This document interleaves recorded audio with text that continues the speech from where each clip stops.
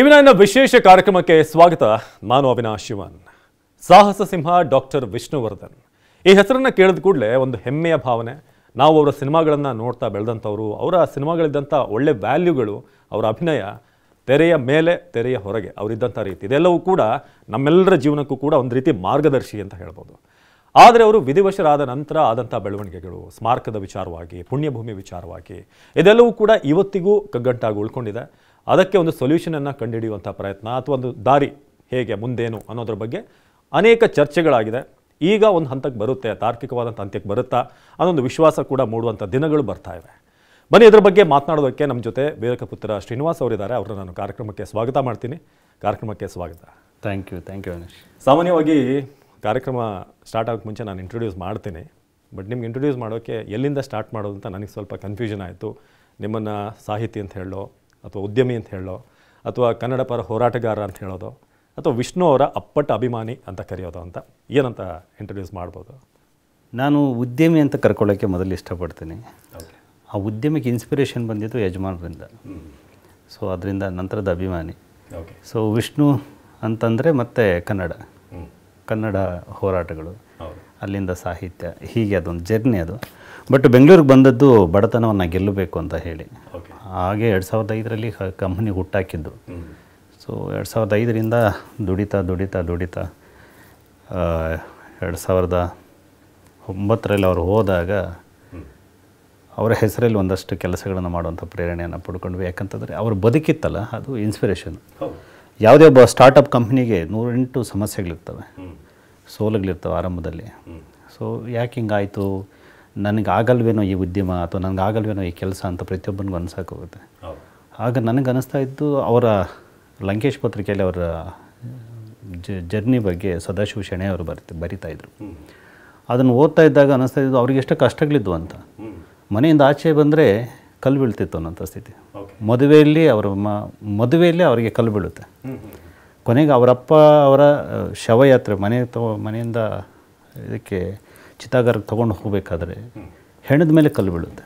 ಮದುವೆ ಸಂದರ್ಭದಲ್ಲಿ ಯಾಕೆ ಕಲ್ಲು ಬೀಳುವಂಥದ್ದು, ಏನಕ್ಕೆ, ಯಾರು ಮಾಡೋದು? ಅಲ್ಲಿ ವಿಷ್ಣುವರ್ಧನ್ ಅವರ ಜರ್ನಿ ಹೇಗಿತ್ತು ಅಂದರೆ, ಅವರ 1972ರಲ್ಲಿ ನಾಗರಹಾವು ಸಿನಿಮಾ ರಿಲೀಸ್ ಆಯ್ತಲ್ಲ, ಅದರ ಆದ ನಂತರದಲ್ಲಿ ಅವ್ರಿಗೆ ಸಿಕ್ಕಂಥ ಸ್ಟಾರ್ಡಮ್ ಇತ್ತಲ್ಲ, ಅದು ಭಾರತೀಯ ಚಿತ್ರರಂಗದಲ್ಲಿ ಇವತ್ತಿನವರೆಗೂ ಮೊದಲನೇ ಸಿನಿಮಾಗೆ ಯಾರಿಗೂ ಸಿಕ್ಕಿಲ್ಲ.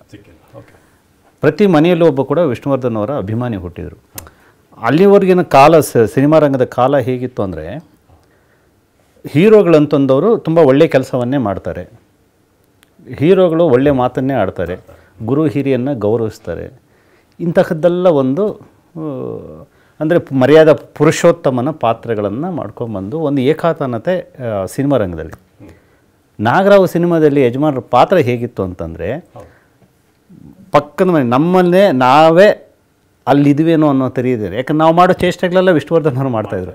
ಮೇಸ್ಟ್ರಿಗೆ ಪ್ಯಾಂಟ್ ಬಿಚ್ಚಿಸುವಂಥದ್ದು, ಕಾಪಿ ಹೊಡೆಯುವಂಥದ್ದು, ಚುಡಾಯಿಸುವಂಥದ್ದು, ರ್ಯಾಗಿಂಗ್ ಮಾಡುವಂಥದ್ದು, ಪ್ರೀತಿ ಮಾಡುವಂಥದ್ದು, ಅದಕ್ಕಾಗಿ ಸಾಯುವಂಥದ್ದು, ಒಂದು ಸ್ವಾಭಿಮಾನದ ಸಂಕೇತವಾಗಿ ಅವ್ರು ಮಾಡಿದ ಪಾತ್ರ ಇತ್ತಲ್ಲ, ಪ್ರತಿ ಆ ವಯಸ್ಸಿನ ಒಂದು 20-25 ವರ್ಷನ ಹುಡುಗನ ಎಲ್ರಿಗೂ ಕನೆಕ್ಟ್ ಆಗಿಬಿಡ್ತು. ಆ ಸ್ಟಾರ್ಡಮ್ ಇತ್ತಲ್ಲ, ಇದ್ದಕ್ಕಿದ್ದಂಗೆ ಯಾರೋ ಒಬ್ಬರು ದಿಗ್ಗಂತ ಉದ್ಭವ ಆಗ್ಬಿಟ್ಟಾಗ ಅದು ಯಾರೂ ಏನೂ ಮಾಡಬೇಕಾಗಿಲ್ಲ. ಒಂದು ಅಸಹನೆ ಅನ್ನುವಂಥದ್ದು ತನ್ನಿಂದ ತಾನೇ ಸಮಾಜದಲ್ಲಿ ಹುಟ್ಟುಬಿಡುತ್ತೆ. ಇದ್ದಕ್ಕಿದ್ದಂಗೆ ಏನೂ ಮಾಡಬೇಕಾಗಿಲ್ಲ. ಆ ಅಸಹನೆ ಕಾರಣಕ್ಕೆ ಅವರ ಮೇಲೆ ಬೇರೆ ಬೇರೆ ಆರೋಪಗಳು ಬರ್ತಾಯಿದ್ವು. ಅವ್ರು ಮಾತಾಡಿದ್ದೆಲ್ಲ ಆರೋಪವಾಗ್ತಿತ್ತು, ಅವ್ರು ಮಾಡಿದ ಕೆಲಸವೆಲ್ಲವೂ ಕೂಡ ವಿವಾದವಾಗ್ತಾಯಿತ್ತು. ಅವರ ಸಿನಿಮಾಗಳಿಗೆ ಕಟೌಟ್ಗಳು ಬೆಂಕಿ ಬೀಳ್ತಿತ್ತು, ಅವರ ಸಿನಿಮಾದ ಪೋಸ್ಟರ್ಗಳಿಗೆ ಸಗಣಿ ಬೀಳ್ತಿತ್ತು. ಈ ತರಹದ ಮಧ್ಯೆ ಅವರು ಬದುಕನ್ನು ಕಟ್ಬಿಟ್ರಲ್ಲ, 200 ಸಿನಿಮಾಗಳು. ಆಮೇಲೆ ಸರ್, ಈಗ ನಾವು ಪ್ಯಾನ್ ಇಂಡಿಯಾ ಅಂತ ಈಗ ಕರಿತೀವಲ್ಲ, 30 ವರ್ಷದ ಹಿಂದೆ ಅವ್ರು ಹೇಳಿದ್ದಾರೆ, ದಕ್ಷಿಣ ಕ ಜಂಡಾ ಲೇಕರ್ ಉತ್ತರ ಮೇ ಆಯವು ಅಂತ. ಎಂಥ ಕನ್ನಡದ ಮಾತು ಸರ್ ಅದು. ನಾವು ಇಲ್ಲಿಂದ ನಾನು ಬಾವುಟ ಇಟ್ಕೊಂಡು ಅಲ್ಲಿ ಉತ್ತರದಲ್ಲಿ ನೆಡಕ್ಕೆ ಬಂದಿದ್ದೀನಿ ಅಂತ ಹೇಳ್ತಾರೆ. ಅಂದರೆ ಕನ್ನಡದ ಅಸ್ಮಿತೆಯನ್ನು 30 ವರ್ಷದ ಹಿಂದೆಯೇ ಅವರು ಅಲ್ಲಿ ಪ್ರತಿಷ್ಠಾಪಕ್ಕೆ ಪ್ರಯತ್ನ ಪಟ್ಟಿದ್ರು. ಹೇಮಾ ಮಾಲಿನಿ ಜೊತೆಗೆ ಸಿನಿಮಾ ಮಾಡಿದ್ದಾರೆ ಹೀರೋ ಆಗಿ. ಅಂಥ ವಿಷ್ಣುವರ್ಧನ್ ಅವ್ರ ಬಗ್ಗೆ ಅಂತಹ ಪ್ರಯತ್ನ ಮಾಡಿದಾಗ ಇವತ್ತು ಪ್ಯಾನ್ ಇಂಡಿಯಾ ಮಾಡಿದರೆ ನಾವೆಲ್ಲ ಕೂಡ ಅದ್ಭುತ ಅಂತ ಇದ್ದೀವಿ. ಕನ್ನಡ ಚಿತ್ರರಂಗವನ್ನು ಭಾರತದ ಮಟ್ಟದಲ್ಲಿ ಪ್ರಕಾಶಿಸುತ್ತಿರುವಂತಹ ಹೀರೋಗಳು ಅಂತ ಹೇಳ್ಬಿಟ್ಟು ಹೊತ್ತು ಮೆರೆಸ್ತಾ ಇದ್ದೀವಿ. ಆದರೆ ಅದೇ ಕೆಲಸವನ್ನು ಡಾಕ್ಟರ್ ವಿಷ್ಣುವರ್ಧನ್ ಅವರು ಮಾಡಿದಾಗ ಇದೇ ಒಂದು ಟ್ಯಾಬ್ಲಾಯ್ಡ್ ಪತ್ರಿಕೆ ಬರೆಯುತ್ತೆ, ಕನ್ನಡ ದ್ರೋಹಿ ವಿಷ್ಣುವರ್ಧನ್ ಅಂತ. ಎರಡು ದೋಣಿಯಲ್ಲಿ ಕಾಲಿಟ್ಟ ವಿಷ್ಣುವರ್ಧನ್. ಇವತ್ತು ನೀವು ಪರಭಾಷೆಯಲ್ಲಿ ಸಿನಿಮಾ ಮಾಡಿಬಿಟ್ರೆ ನಿಮಗೆ ಬಹಳ ದೊಡ್ಡ ಗೌರವ. ಆದರೆ ಅವತ್ತು ಮಾಡಿದ ಕಾರಣಕ್ಕೆ ಇವರು ವಿವಾದಗಳಿಗೆ ಒಳಗಾಗ್ತಿದ್ರು. ಅಂದರೆ ಇದೊಂದು ಸ್ಯಾಂಪಲ್ ಅಷ್ಟೇ. ಒಳ್ಳೆ ಕೆಲಸಗಳೆಲ್ಲವೂ ಕೂಡ ವಿವಾದವಾಗ್ತಾ ಇದ್ದಂತಹ ಸಂದರ್ಭದಲ್ಲಿ ಅವರು ಅದನ್ನೆಲ್ಲ ಮೆಟ್ಟಿ ಒಂದು 200 ಸಿನಿಮಾ ಮಾಡಿದರು, ಬೇರೆ ಭಾಷೆಗಳಲ್ಲಿ 30 ಸಿನಿಮಾ ಮಾಡಿದರು. ಸೊ ಮತ್ತು ಅಷ್ಟಾದರೂ ಕೂಡ ಅವರು ತನ್ನ ವ್ಯಕ್ತಿತ್ವವನ್ನು ಕಳ್ಕೊಂಡಿಲ್ಲ. ಅವ್ರಿಗೊಂದು ಪಡೆ ಇತ್ತು. ಯಾವತ್ತೂ ಕೂಡ ದ್ವೇಷ ಸಾಧ್ಯಕ್ಕೆ ಹೋಗಲಿಲ್ಲ. ಎಷ್ಟೋ ನೋವುಗಳಾದಾಗಲೂ ಕೂಡ ಒಂದು ನಗುವನ್ನು ಚೆಲ್ಲಿ ಸುಮ್ಮನೆ ಕೂತ್ಬಿಟ್ರು ಅವರು. ನನಗೆ ಅದು ಭಾಳ ವಾವ್ ಅನ್ನಿಸ್ತಾ ಇತ್ತು. ಅಂದರೆ ಮಹಾಪುರುಷರೆಲ್ಲ ಏನೆಲ್ಲ ಹೇಳಿದರು ತಮ್ಮ ಜೀವನ ಸಂದೇಶಗಳಲ್ಲಿ, ಇವರು ಅದನ್ನು ಬದುಕಿ ತೋರಿಸ್ತಾ ಇದ್ದಾರಲ್ವ ಅಂತ. ಸೊ ಆ ಇನ್ಸ್ಪಿರೇಷನ್ ತೊಗೊಂಡು ಆಮೇಲೆ ಉದ್ಯಮಿಯಿಂದ ವಿಷ್ಣುವರ ಅಭಿಮಾನಿ ಆದದ್ದು. ಅಭಿಮಾನಿ ಆದಾಗಿಂದ ಒಂದಷ್ಟು ಕೆಲಸಗಳನ್ನು ಮಾಡ್ಕೊಂಬಂದಿದ್ದರಿಂದ ವಿಷ್ಣು ಸೇನಾ ಸಮಿತಿಯ ಅಧ್ಯಕ್ಷ ಅಂತ ಕರೀತಾರೆ. ಬಟ್ ನಾನು ಇವತ್ತಿನವರೆಗೂ ಒಂದು ವಿಸಿಟಿಂಗ್ ಕಾರ್ಡ್ ಮಾಡಿಸಿಲ್ಲ. ಇವತ್ತಿನವರೆಗೂ ನನ್ನ ಕಾರ್ ಮೇಲೆ ಒಂದು ನೇಮ್ ಬೋರ್ಡ್ ಹಾಕ್ಕೊಂಡಿಲ್ಲ. ಇವತ್ತಿನವರೆಗೂ ನಾನು ಇಂಥ ವಿಷ್ಣು ಸೇನಾ ಸಮಿತಿ ಅಧ್ಯಕ್ಷ ಅಂತ ಎಲ್ಲೂ ಪರಿಚಯ ಮಾಡ್ಕೊಂಡಿಲ್ಲ. ಒಬ್ಬ ಅಭಿಮಾನಿಯನ್ನು ಕೂಡ ನನ್ನ ಸ್ವಂತ ಕೆಲಸಕ್ಕೆ ಬೆಳೆಸ್ಕೊಂಡಿಲ್ಲ. ನಾನು ಏನಾದರೂ ನನ್ನ ಹತ್ರ ಬಂದರೆ ನಾನು ಅದಕ್ಕೆ ಸ್ಪಂದಿಸ್ತಿದ್ದೀನಿ ಅಷ್ಟೇ. ಯಾರೋ ಪುತ್ಥಳಿ ಬೇಕು ಅಂತ ಬರ್ತಾರೆ, ಎಸ್, ಒಂದು 62 ಪುತ್ಥಳಿ ಕೊಟ್ಟಿದೆ ಇದುವರೆಗೂ.